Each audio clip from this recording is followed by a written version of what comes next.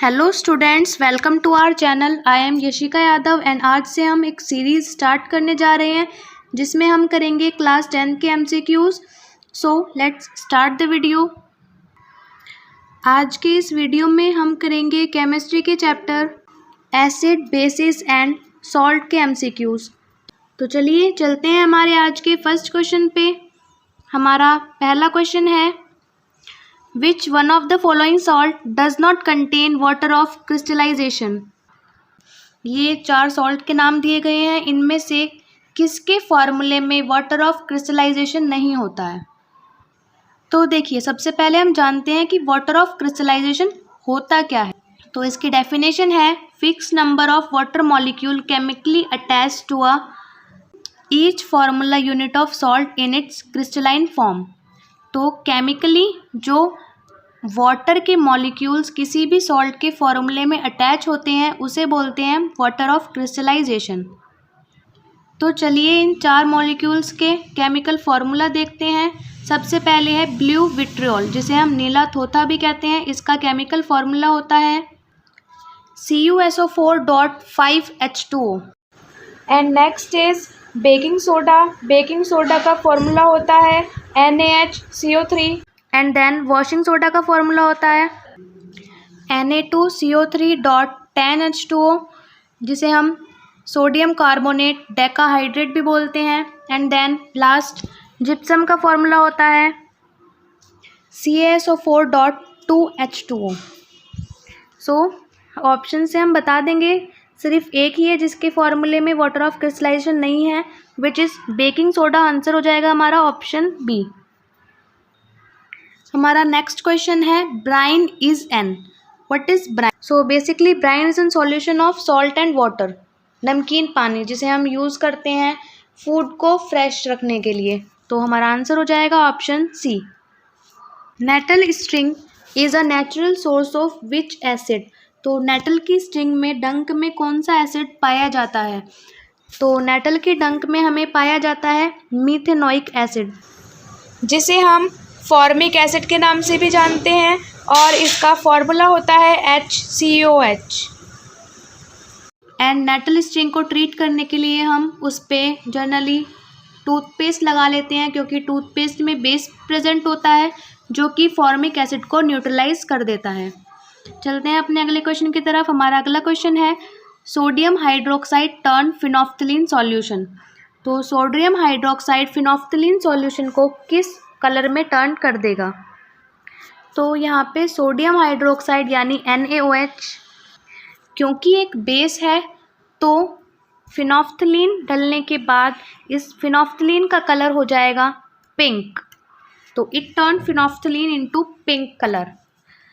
अगर हम फिनोफ्थलीन में एसिड डालेंगे तो उसका कलर चेंज नहीं होगा, यानी कलरलेस ही रहेगा वो। बट अगर उसमें हम एल्कली यानी बेस डालते हैं तो उसका कलर हो जाएगा पिंक।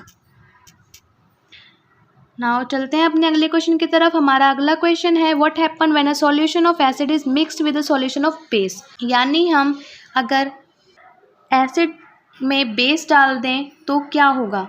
इस रिएक्शन को बोलते हैं हम न्यूट्रलाइजेशन रिएक्शन। यानी अगर हम एसिड और बेस को मिलाते हैं तो हमें जो प्रोडक्ट मिलेगा वो मिलेगा सॉल्ट एंड वाटर।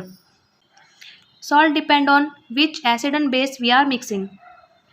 सो अब अपने ऑप्शन देखते हैं। टेम्परेचर ऑफ सॉल्यूशन डिक्रीज, या तो टेम्परेचर कम होगा या बढ़ेगा, या फिर टेम्परेचर सेम रहेगा, या formation of salt take place. तो अभी हमने देखा कि सॉल्ट और वाटर बनेगा, तो सॉल्ट तो बनेगा ही बनेगा, ऑप्शन 4 तो होगा ही होगा। उसके साथ टेम्परेचर बढ़ेगा, कम होगा या सेम रहेगा। तो अगर हम न्यूट्रलाइजेशन रिएक्शन करते हैं, एसिड में बेस मिक्स करते हैं, तो it is an exothermic reaction. यानी एक्सोथर्मिक रिएक्शन में हीट इवॉल्व होगी तो टेम्परेचर बढ़ेगा। यानी हमारे ऑप्शन 2nd एंड 4th ठीक हैं। तो हमारा ऑप्शन हो जाएगा D. Option D is correct. आगे चलते हैं। हमारा नेक्स्ट क्वेश्चन है, at what temperature gypsum is heated from to form plaster of Paris.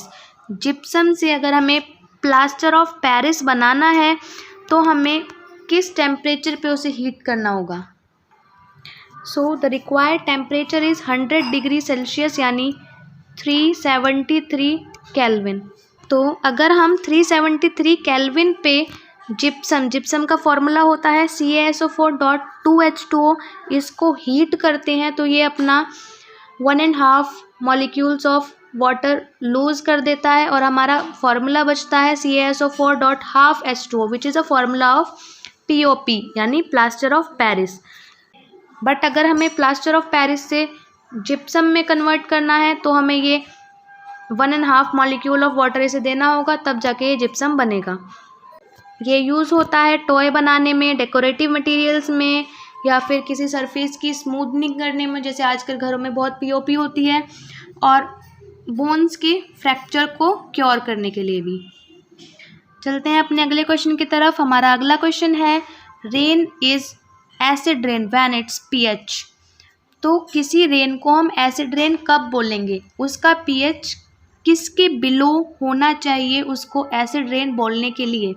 तो it's pH should be below 5.6 से नीचे pH होना चाहिए, तभी हम उसको एसिड रेन बोलेंगे, अदरवाइज इट्स नॉर्मल। रेन होती कब है ये तो हम सबको पता है, due to evaporation of water then it's fall from the clouds.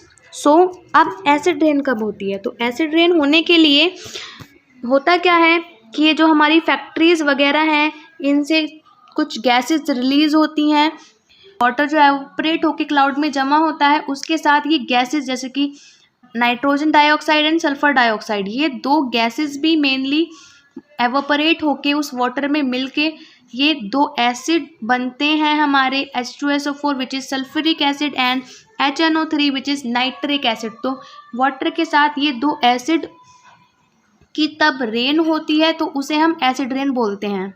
So that is it for today. Please like, comment and share our video and subscribe the channel. Thank you.